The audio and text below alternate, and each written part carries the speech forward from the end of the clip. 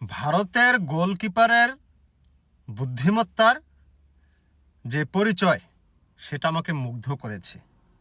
সে যেই কাজটা করছে ভারতের গোলকিপার, এটা একটা চালাকি শব্দটা আমি এইখানে পজিটিভ অর্থে ব্যবহার করতে চাই, কারণ এই চালাকিটা এটা বুদ্ধিমানের পরিচয়।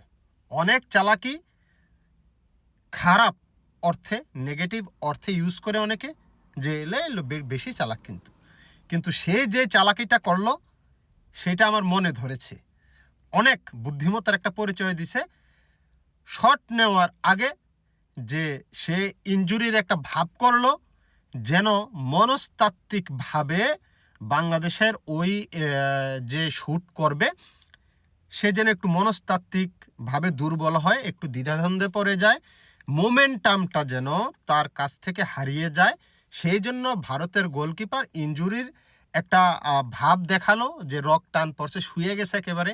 এখানে 1 থেকে 2 মিনিট সময় সে নিছে, নেওয়ার পরে মোমেন্টামটা বাংলাদেশের পক্ষ থেকে ভেঙে গেছে, এবং যার ফলে ওই যে শ্যুট নিয়েছিল সেটা গোল করতে পারে নাই, বারে লেগেছিল, গোল হয় নাই। ভিডিওতে আলোচনা করব বাংলাদেশ যেভাবে চ্যাম্পিয়ন হলো, যেইভাবে বাংলাদেশ এবং ভারতের ম্যাচটা হলো সেই বিষয়গুলো নিয়ে, এবং এই যে রোনান সিলভিয়ন, 2 ভাই ছিল, ডিক্লিয়ন সিলভিয়ন, রোনন এবং ডিক্লিয়ন যে বাংলাদেশের হয়ে খেলছে, এই যে তারা আমেরিকার মতো দেশে জন্ম, তাদের বাবা মা ওইখানে জন্ম, একটা প্রজন্ম ওইখানে বেড়ে উঠেছে, তার নানির কাছ থেকে গল্প শুনে বাংলাদেশের প্রতি তার এই ভালোবাসা, এটা অমায়িক। এক কথায় বলতে গেলে এটা অসাধারণ। এই গল্পটা আমি একটু করতে চাই। যারা গল্প পছন্দ করেন তাদের জন্য এপিসোডটা ভালো হবে, আর যারা খেলা দেখেছেন কিংবা দেখেন নাই তাদের জন্য প্রথমাংশে একটু আলোচনা করব। দেখেন, সাদাকে সাদা, কালোকে কালো বলিব। সাদাকে কালো, রৌদ্র প্রচণ্ড, সাদাকে কালো, কালোকে সাদা বলিতে পারিব না, আইসক্রিম ব্যতীত কারো পা চাটিতে পারিব না। Hello viewers, it's me Rony bro, welcome to another new video. অনেকেই আগে আমাকে বলছে যে আমি বাংলাদেশ জিতলো, আমি কেন ভিডিও বানালাম না, আমি ভারত জিতলে হয়তো ভিডিও বানাতাম, কিংবা আমি ভারতের পক্ষ নিয়ে কথা বলি। জিনিসটা এমন না। আসলে জিনিসটা হচ্ছে আমি অনেক বেশি বিজি ছিলাম। ম্যাচটা আমি দেখেছি, বাট ভিডিও করার সময় পাইনি আমি, যার কারণে আমি আইপিএল নিয়েও ভিডিও বানাতে পারিনি কালকে। প্লাস বাংলাদেশের ইমন পিসিএলে যে একটা ভালো ইনিংস খেলেছে সেটা নিয়েও আমি কথা বলতে পারিনি, ব্যস্ততার কারণে। তো পজিটিভলি চিন্তা করবেন। আপনারা যদি আমাকে ভালোবাসেন সেটা তো চিন্তা করতে পারেন, কি ব্যাপার আজকে ভিডিও আসলো না, ভাই কি কোনো অসুস্থতা পড়লো নাকি, সেটা তো চিন্তা করতে পারেন যে কেন আসলো না। তো ওইটা নেগেটিভ সেন্সে কথা না বলাই ভালো। খেলায় আসি। ভারত এবং বাংলাদেশের সাফ অনূর্ধ্ব-20 যেই ফাইনাল ম্যাচটা, ভাই 2 দলে ভালো খেলছে। 90 মিনিটে 2 দলে ভালো খেলছে। বাংলাদেশও গোল করার সুযোগ ক্রিয়েট করেছিল, ভারতও ক্রিয়েট করেছিল, গোল করতে পারে নাই। বাংলাদেশ যথেষ্ট ভালো খেলছে, ভারতও খারাপ খেলে নেই। তো শেষ পর্যন্ত 90 মিনিটে যখন নির্ধারিত হলো না, এক্সট্রা টাইম গেল, নির্ধারিত হলো না, তখন আসলে ট্রাইব্রেকারে ম্যাচ চলে গেল। সেইখানে ভারত প্রথম শ্যুটটাই মিস করে ফেলছে। বাংলাদেশের গোলকিপার দুর্দান্ত ডান দিকে ঝাঁপিয়ে পড়ে, যেভাবে গোলটা বাঁচিয়েছে, রক্ষা করেছে, অসাধারণ। এবং সেইখান থেকে ভারত 1 গোলে আসলে পিছিয়ে যায়। পরপর 3টা গোল ভারত করে, বাংলাদেশ পরপর 3টা গোল করে। ভারত প্রথমটা ছাড়া আর কি, পরপর 3টা করে। তো বাংলাদেশ 4 নাম্বার শ্যুটটা যখন নিবে, ভারতের যে গোলকিপার সে যে একটা বুদ্ধিমানের পরিচয় দিল, যে মোমেন্টাম যেহেতু আমাদের কাছ থেকে চলে গেছে, একটু দেখি ব্যতিক্রম কিছু করে মোমেন্টামটা গেইন করতে পারি কিনা। সে ইনজুর হওয়ার একটা ভাব নিল। সেইখানে দেখলাম যে বাংলাদেশ সত্যিকার অর্থেই মোমেন্টামটা হারিয়ে ফেলছে।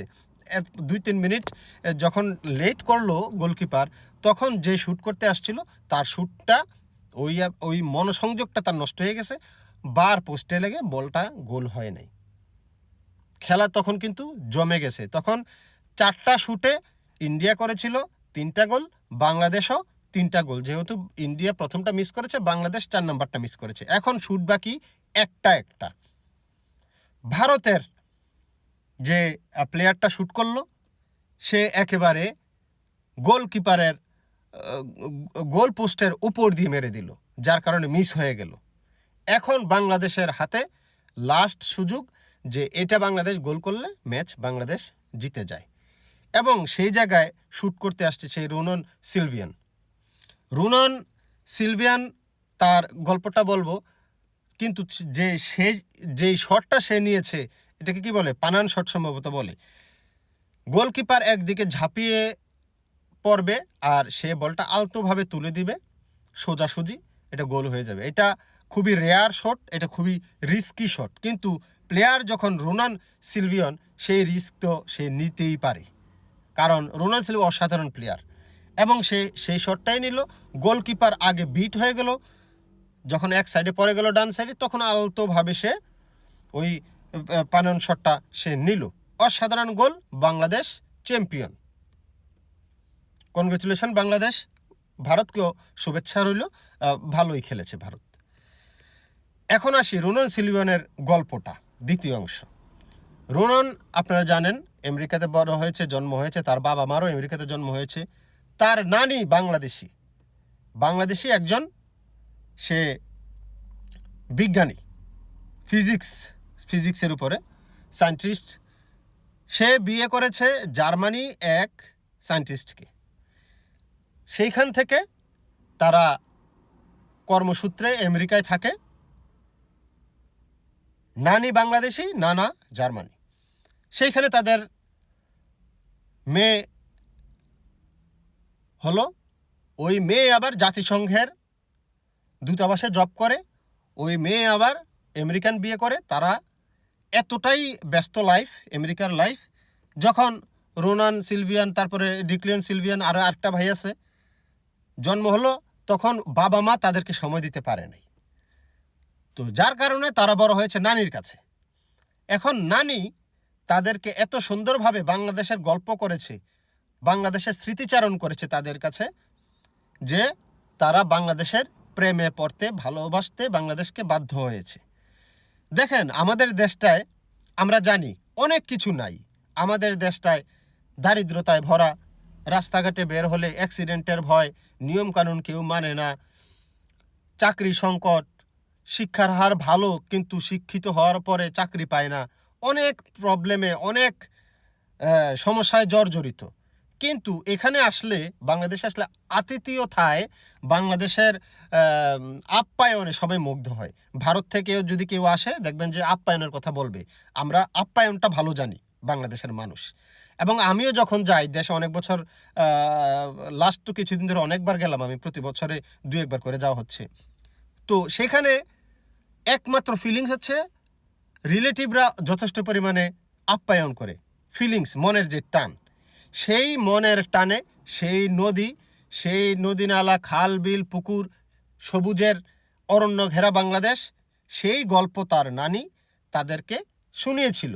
যার কারণে বাংলাদেশের প্রতি রোনন ডিক্লিয়ন সবাই ভালোবাসায় মুগ্ধ হয়েছিল। বাংলাদেশের খাবার, বাংলাদেশের রূপালী ইলিশ, বিরিয়ানি, এগুলোর গল্প শুনে সে বড় হয়েছে। যার কারণে তার ভিতরে ওই ভালোবাসাটা জন্মেছে। বাংলাদেশের হয়ে সে খেলবে, বাংলাদেশে আসতে চায়, বাংলাদেশি খাবার খেতে চায়। সেইখান থেকে বাংলাদেশের প্রেমে পড়েছে রোনন। এবং আমেরিকার মতো একটা ভালো দেশে থাকার মতো, যার পাসপোর্ট আমেরিকার, নাগরিক আমেরিকার, সে ওই মোহ ছেড়ে বাংলাদেশের প্রেমে পরে বাংলাদেশের হয়ে খেলতে এসেছে। বাংলাদেশে এর আগে আসেও নাই খেলার আগে, কিন্তু বাংলাদেশকে সে মনে মনে ভালোবাসে। সেই ভালোবাসার বহিঃপ্রকাশ প্রতিটা গোল দেওয়ার পরে, জয়ের পরে সে যেভাবে উদযাপন করে বাংলাদেশের দর্শকের সাথে, সেটাই বহিঃপ্রকাশ সে করে ওইভাবে। তো রোনন, ধন্যবাদ।